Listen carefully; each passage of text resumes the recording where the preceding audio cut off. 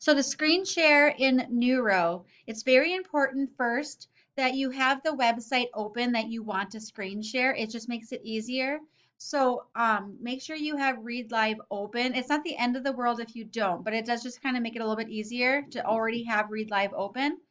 Once you have your Read Live open, you're going to go back to your Newrow tab, and up in Tools at the top, you're going to click on Desktop Share. Once you click on Desktop Share, you're going to see this Start Screen Share. So click on that.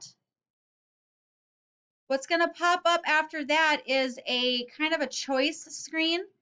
I have found that it is really helpful when you go over to Chrome tab, because remember, you want to be in Chrome when you're logged into Read Live and Newrow, and you'll notice I have my Read Naturally Live student login page that I click, share, and now what will happen is I will now see your screen just like I used to in Blackboard.